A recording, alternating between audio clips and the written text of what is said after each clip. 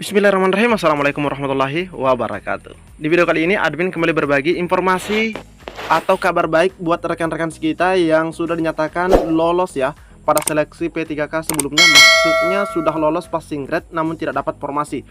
Jadi buat teman-teman semua yang lagi menonton video ini, silahkan disimak videonya dengan baik, jangan di skip agar tidak salah dalam memahami informasi yang admin bagikan. Jika ada suara-suara berisik, abaikan saja rekan-rekan ya. Oke, mungkin tidak perlu berlama-lama, kita lanjut saja ke info intinya. Info Kemenpan RB dan Dirjen GTK Nunu Suryani ya, bikin P1 lega, ada sedikit perubahan. Nah, di sini katanya bikin lega dan ada sedikit perubahan. Ini informasinya 6 Juli teman-teman ya. Info Kemenpan RB dan Dirjen GTK Ibu Nunu Suryani bikin prioritas P1 lega, namun ada sedikit perubahan. Ya, kita nanti cek apa perubahan itu. Menurut pengurus guru lulus passing grade pegawai pemerintah dengan perjanjian kerja nasional Vulkan Gafiri, dari hasil pertemuan dengan Dirjen GTK, nah ini hasil pertemuan dengan Dirjen GTK, Kemendikbudristek, yaitu Ibu Nunu Suryani, serta Asisten Deputi Manajemen Talenta dan Peningkatan Sumber Daya Manusia Aparatur Kemenpan RB, yaitu Bapak Samsul Rizal, terungkap tentang nasib guru P1. Jadi jelas ya, di sini untuk yang P1. Alhamdulillah, baik Ibu Dirjen GTK Nunu dan Pak Asdep Samsul Rizal menyatakan status P1 masih tetap melekat bagi guru lulus passing grade P3K 2021. Jadi buat teman-teman yang sering kali bertanya bagaimana nasib kami yang P1, nah status P1-nya tetap melekat. Ini bagi guru yang sudah lulus passing grade pada P3K 2021 ya. Kalau misalnya teman-teman lulus PG 2022, 2023 itu tidak masuk dalam kategori P1. Ini yang perlu admin tekankan di sini. Dan dia menambahkan kemungkinan ada perubahan istilah P1. Oh, ada istilah P1. Tetapi baik Dirjen Nunu maupun Asdep Samsul memastikan tetap diutamakan. Ya, mungkin nanti ada istilah-istilah bukan lagi P1, karena kalau P1 ini kan prioritas 1. Nah, kata P1 ini atau istilah P1 ini katanya dihilangkan. Tapi untuk teman-teman ya, istilah prioritasnya dia tetap masuk dalam kategori prioritas, tetap diutamakan ya. Dalam pertemuan tersebut turut hadir juga pengurus GLPG P3K Ciung Wanara dan perwakilan dari P1 Lampung Selatan serta Banten. Nah, ini dari berbagai daerah teman-teman ya, berkumpul dan menyampaikan aspirasinya begitu terkait P1. Nah, lanjut, ada apapun poin-poin penjelasan dari Nunu dan Kemenpan RB adalah sebagai berikut. Nah, mungkin maksudnya adapun ya. Nah, ya kayak kita lihat di sini, ini langsung kena ke poin pertama terkait statusnya, di mana status P1 tetap melekat. Kedua, status P1 tetap prioritas. Alhamdulillah teman-teman ya. Ini langsung hasil pertemuan dengan Ibu Nunu dan dari Asisten Deputi Manajemen Kemenpan RB teman-teman ya. Dan ini disampaikan kepada media gpnn.com. P1 tetap melekat, status P1 tetap prioritas. Jika nanti ada perubahan istilah, misalnya P1 bukan lagi prioritas melainkan diutamakan, mungkin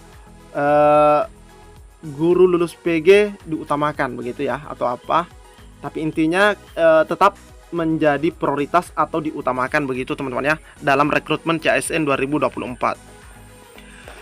Untuk perlakuan tetap prioritas atau sama. 3. Status P1 tidak ada tes CAT kembali dan hanya resume sebagai bukti bahwa yang bersangkutan masih aktif sebagai guru. Nah, jelas teman-teman ya. Jadi P1 itu tidak mengikuti tes CAT atau Computer Assisted Test, hanya langsung resume nanti. Tapi mereka tetap mengikuti dari langkah pertama sampai langkah terakhir, tapi mereka nanti tidak tes teman-teman ya. Mereka hanya melakukan resume di SSCASN. Ini hasil pertemuan ya. Poin ketiga. Keempat, pendaftaran P3K 2024 akan dibuka pada Juli-Agustus jika tidak ada perubahan waktu. Nah, ini sudah kita dapatkan bocoran juga dari Pak Abah sebelumnya teman-teman ya, bahwa memang diprediksi antara bulan Juli-Agustus ini. Nah, semoga saja di bulan Juli teman-teman ya. Estimasi pembagian SKP3K 2024 ada di bulan Juni 2025. Nah, ini yang lolos nanti ya. Kami berharap P1 tetap bersemangat, jangan kendur, suarakan terus nasib P1 agar pemerintah mendengar dan menyelesaikan seluruh sisa P1. Pungkas PLT Pimpinan GLPG P3K Nasional Ciu Wanara. Oke teman-teman ya, nah ini cukup menarik hasil pertemuan dari P1 dengan Ibu Nunu dengan Kemenpan RB. Tahapan-tahapan yang sebelumnya, sebelum nanti ini kemungkinan nanti akan dilakukan perubahan, memang ini sedang dalam pembahasan Permenpannya, yang mudah-mudahan nanti juga ini menjadi guidance kita, panduan kita untuk melaksanakan pengadaan. Tentu saja ada perencanaan, ada pengumuman lowongan, ada pelamaran, dan ada seleksi. Seleksi antara CPNS dengan P3K beda. Nah, ini dibedakan. Kemudian ada pengangkatan calon PNS, ada masa percobaan bagi yang CPNS, kemudian juga pengangkatan PNS.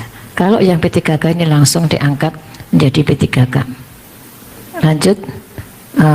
Ini ya perinciannya terkait dengan perencanaan, ini juga mungkin yang harus diperhatikan Bapak Ibu semuanya, kaitannya dengan perencanaan pengadaan. Ini paling tidak memang harus ada jadwal terlebih dahulu. Kita sedang menunggu jadwal ini ya.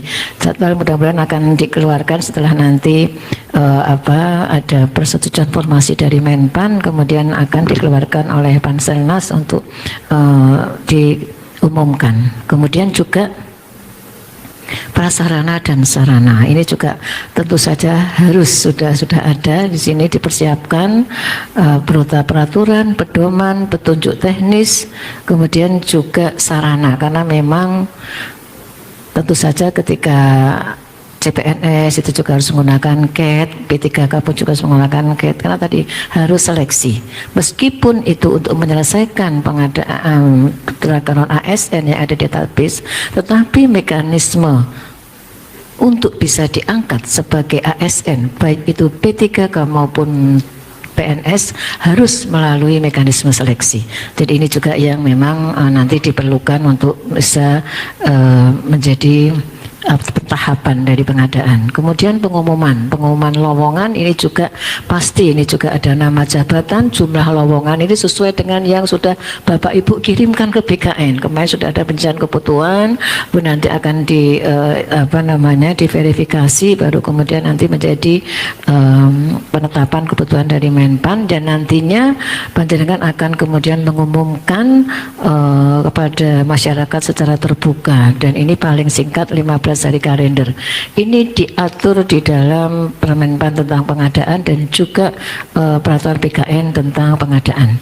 Jadi ini semuanya diatur, dan ini memang nanti tahap-tahap yang harus Bapak Ibu juga lakukan untuk bisa nanti memberikan informasi kepada masyarakat yang ingin mendaftar. Kalau P3K jelas tadi berasal dari datanya yang ada di database BKN, tapi ketika CPNS ini juga yang kemudian nantinya harus diumumkan secara terbuka ya, karena memang CPNS ini mungkin nanti akan banyak sekali yang mendaftar dari fresh graduate. Kemudian persyaratan umum pelamaran lanjut ya. Nah ini yang lanjut yang memang harus menjadi perhatian kita, karena untuk CPNS dan P3K sangat-sangat berbeda. Kalau untuk CPNS ini memang 18 tahun sampai dengan 35, untuk P3K ini 20 tahun sampai dengan paling tinggi 1 tahun sebelum PUP tertentu. Kemungkinan yang 1 tahun ini yang akan kemudian nanti diubah dengan PP yang baru.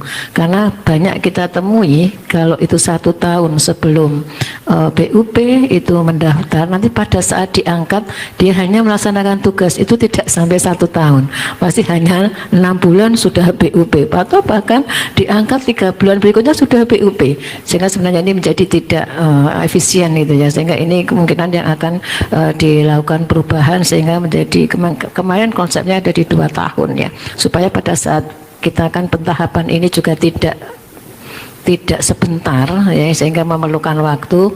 Nah ini memang kemarin diprediksi 2 tahun sebelum PUP, sehingga ketika diangkat itu memang dia masih melaksanakan tugas sampai dengan PUP itu ya pasti setahun lebih sudah masih bisa melaksanakan tugas sebagai P3K. persyaratan-persyaratan lain ini sama dengan yang sebelumnya ya. Jadi sama, tidak pernah dipidana, tidak pernah diberhentikan, kemudian tidak menjadi anggota atau pengurus parpol dan sebagainya. Ini nanti akan sama, akan dituangkan di dalam Permenpan, rancangan Permenpan juga untuk pengadaan di 2024. Ini adalah kami mendasarkan yang di sebelumnya, yang di 2023 ya. Bahkan untuk yang 2023 memang ketika mereka yang diangkat P3K kemudian mundur itu akan dikenai sanksi ya, tidak boleh mendaftar 1 kali periode, itu pun juga akan tetap dimasukkan di dalam Permenpan.